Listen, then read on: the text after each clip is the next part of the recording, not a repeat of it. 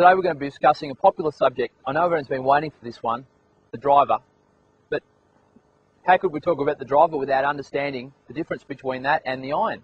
So let's look at both. Let's look at how they work in the golf swing. Let's look at factors that relate to it.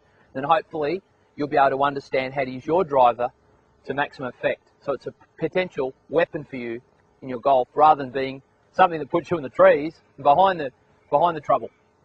So the driver, obviously, when we look at it, is 43 plus inches long, lighter shaft, lighter head because of its length, and sits slightly on a flatter angle compared to most of the golf clubs. The iron, under 40 inches long, heavier shaft, heavier head, sits more vertical when we compare it to the driver. So the iron will be swung naturally on a slightly more vertical angle as it swings, and the driver will be swung naturally on a slightly flatter angle compared to the iron. Both are fine, just that they're being swung on the design of the club, the natural design of the golf club. When you make a golf club longer, it has to sit lower, like the driver. Vice versa with the iron, sits more vertical. So factors that relate to those would mean that your driver very much needs to feel, without you having to try and do this, that if you actually let the golf club swing naturally with the weight of it, it should feel like it's swinging lower, more around your right shoulder. Your iron obviously is going to feel like it's swinging more near your right ear on the back swing. And that's just the natural design of the club. Now, when we talk about that, obviously the driver has a greater circle that it travels on.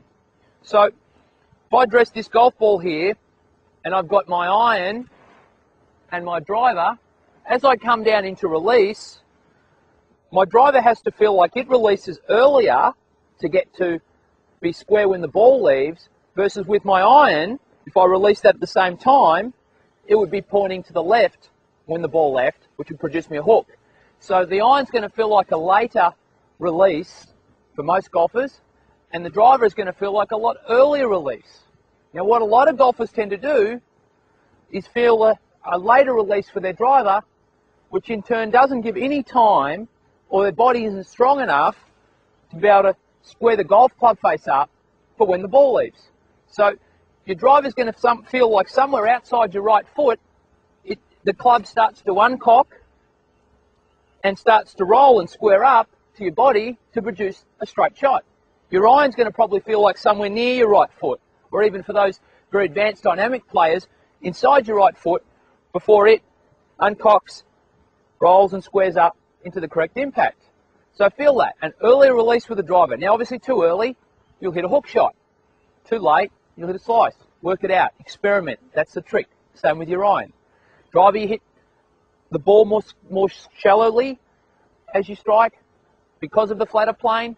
An iron, you're hitting more down the ball with a divot because of the more vertical plane. Now, teeing up the ball. I'll put my iron away for a moment. As I go into teeing up the ball, there are different issues we have to look at. Let's focus on the ball right now. As I tee this golf ball up, as you can see, the golf ball is on the toe of the club as it's soled on the ground at address.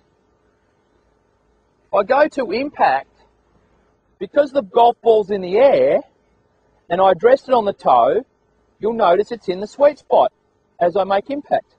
But if I drop that back down to address on the ground, it's in the toe.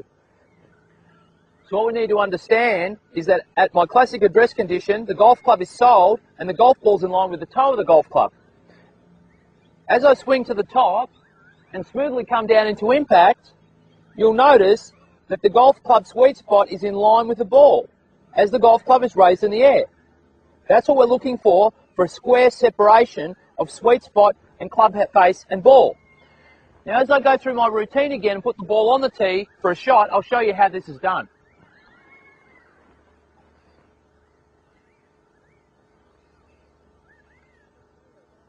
Taking my classic address, golf club soled on the ground, in line with the toe.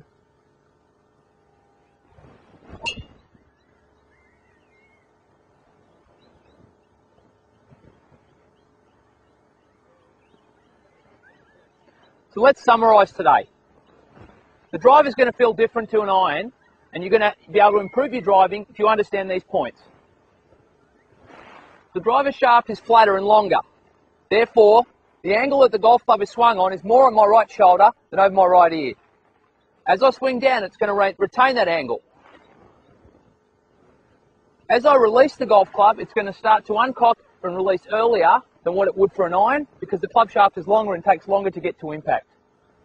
And as I tee it up, at address, the golf club is sold, and in the toe, and at impact, it's in the sweet spot. If you understand these points, you'll get great driving and big improvements. Good luck with it. Golf Zone TV is proudly brought to you by the Golf Zone online golf shop.